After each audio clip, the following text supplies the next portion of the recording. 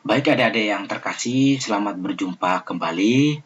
Kita lanjutkan materi kita pada hari ini, masih bab 1 tentang orang beriman menanggapi karya keselamatan Allah. Minggu lalu kita sudah lihat tema beriman Kristiani. Dan sekarang kita akan melihat tema iman dan kebersamaan dalam jemaat.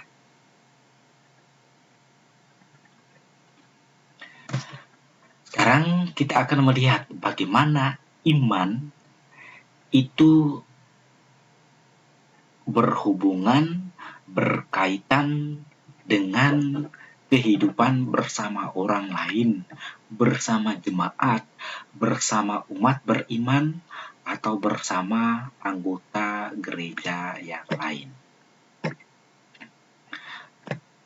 Nah, iman yang kita miliki sebagaimana yang kita lihat sebagai tanggapan atas karya keselamatan Allah, tanggapan atas wahyu Allah, tanggapan atas pernyataan diri Allah, mempunyai dua aspek. Yang pertama adalah aspek personal, pribadi, dan yang kedua adalah aspek sosial. Iman itu punya aspek personal, berarti iman adalah hubungan pribadi antara manusia dengan Allah. Iman itu adalah hal yang pribadi. Di negara kita, iman itu juga sebagai bagian ketika iman itu digandengkan dengan agama, itu menjadi hak asasi manusia. Hak asasi bagi setiap orang untuk menganut agama dan imannya secara pribadi. Nah, maka iman itu hal yang sangat pribadi, yang personal, karena hubungan antara kita manusia ini secara pribadi dengan Allah. Hubungan kita dengan Tuhan yang pribadi, yang kita nyatakan lewat iman, kepercayaan.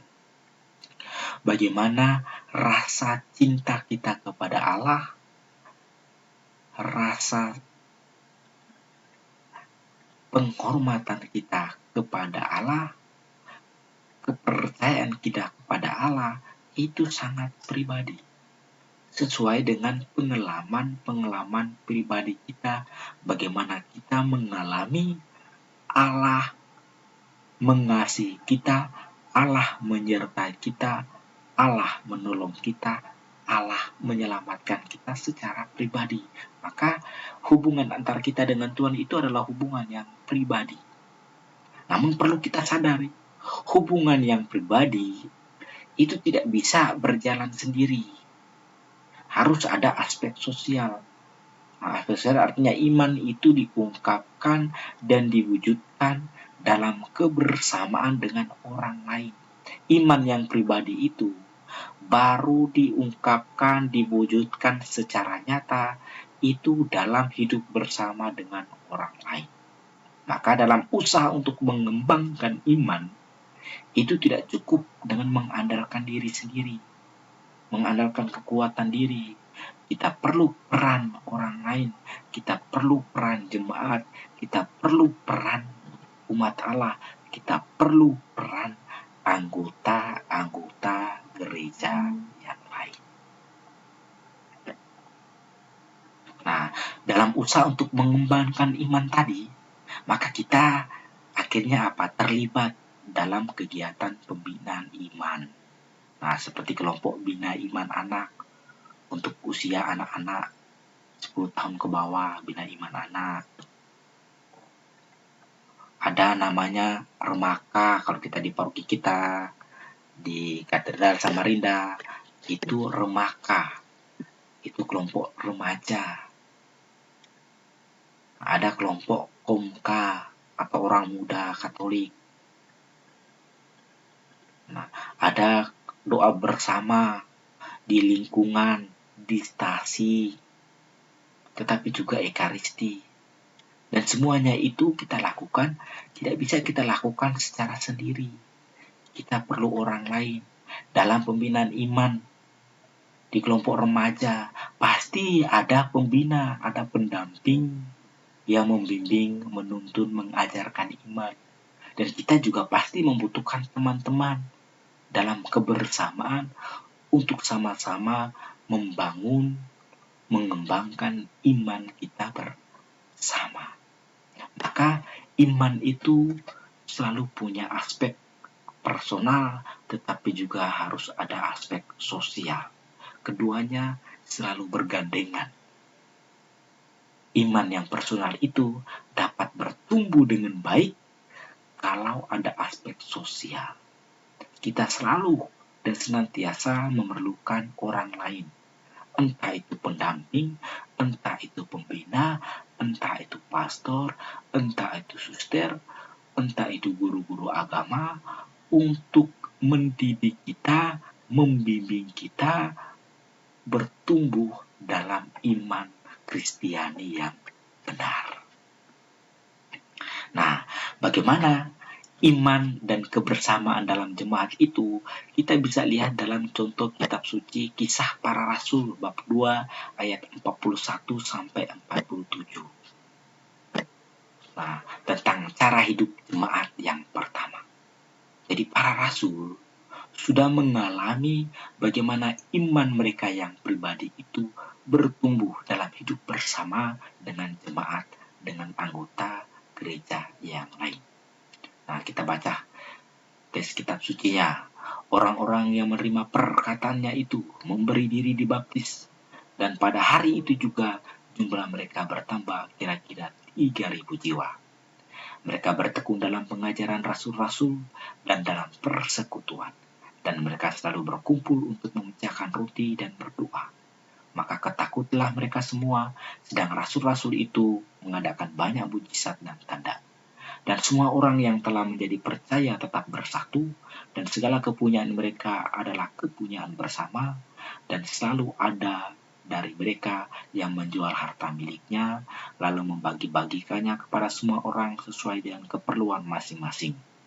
Dengan bertekun dan dengan sehati, mereka berkumpul tiap hari dalam bait Allah. Mereka memecahkan roti di rumah masing-masing secara bergilir dan makan bersama-sama dengan gembira dan dengan tulus hati, sambil memuji Allah. Dan mereka disukai semua orang. Dan tiap-tiap hari Tuhan menambah jumlah mereka dengan orang yang diselamatkan. Nah, kita lihat dari kisah ini, orang-orang yang beriman tadi, orang-orang yang percaya setelah mendapat pengajaran dari para rasul, itu memberi diri dibaptis, mau dibaptis. Dan setelah mereka dibaptis, mereka bertekun dalam pengajaran para rasul. Ini yang disebut dengan pembinaan iman. Pengajaran para rasul, pendidikan iman itu harus terus berlanjut. Pembinaan iman itu kita dapat di sekolah, mulai guru agama. Kita dapat di gereja, mulai pembinaan kegiatan-kegiatan kelompok bina iman anak, bina remaja, orang muda, atau di lingkungan. Nah, itu bagian dari proses kita bertekun dalam pengajaran.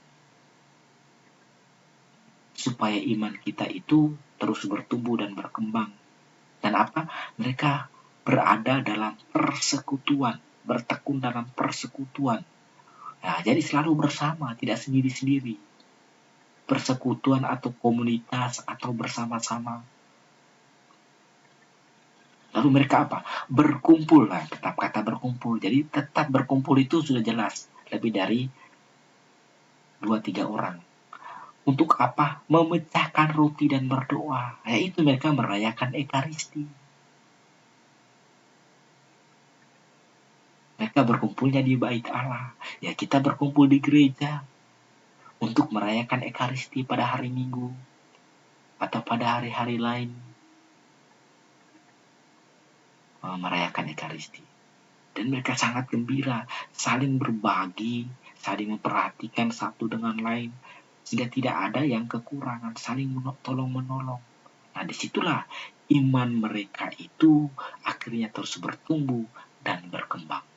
Maka dari perikop kisah para rasul ini, teman-teman yang terkasih, kita jadi tahu dan mengerti bahwa iman yang kita miliki itu dapat bertumbuh dengan baik kalau kita hidup dalam persekutuan dengan jemaat yang lain. Kita terlibat aktif dalam segala kegiatan bersama umat yang lain, agar iman kita itu terus bertumbuh dan berkembang. Ketika iman kita semakin bertumbuh dan berkembang, maka kehidupan kita akan terasa lebih baik, terasa lebih berkenan pada Allah, dan kita mendapatkan rahmat-rahmat yang Tuhan berikan kepada kita bersama dengan seluruh anggota keluarga.